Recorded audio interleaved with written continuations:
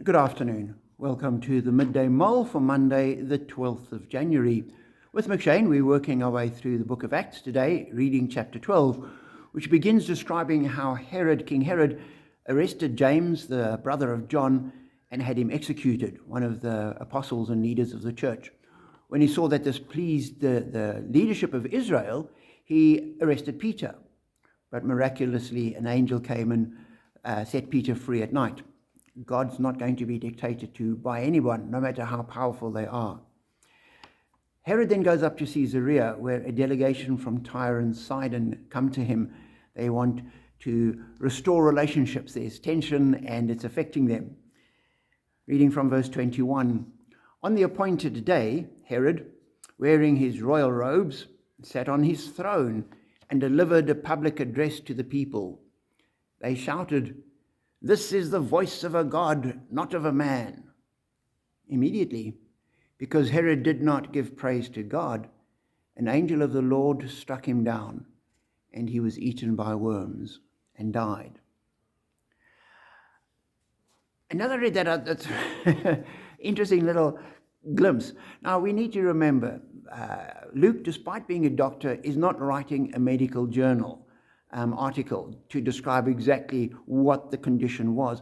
He's also not a 21st century historian or news reporter, so he's not doing a contemporary news report or article of history. He's describing the work of God. And I've seen this illustrated in a comic book way back, even back in the 70s, where Herod on the stage falls down and is immediately covered by worms and consumed, which the text doesn't rule out, but seems unlikely. But far more likely, the angel strikes him down and he has some or other episode and he collapses and never recovers from it.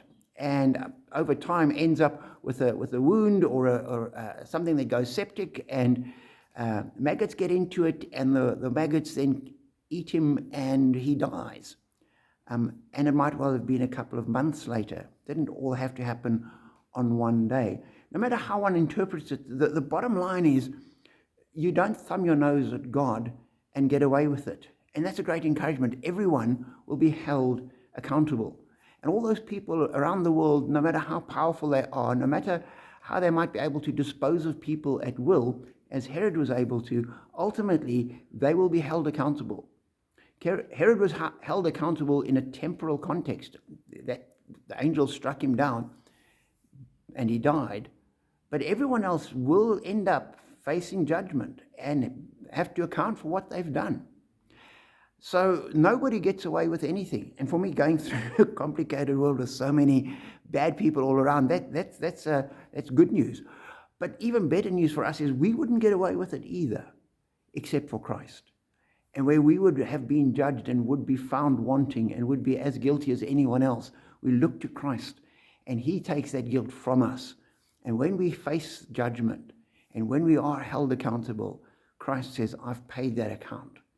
And we are redeemed and we are taken with him into glory. So be encouraged as we go through life. God is watching us, loving us, but watching everyone else as well. And nobody gets away with anything, ever.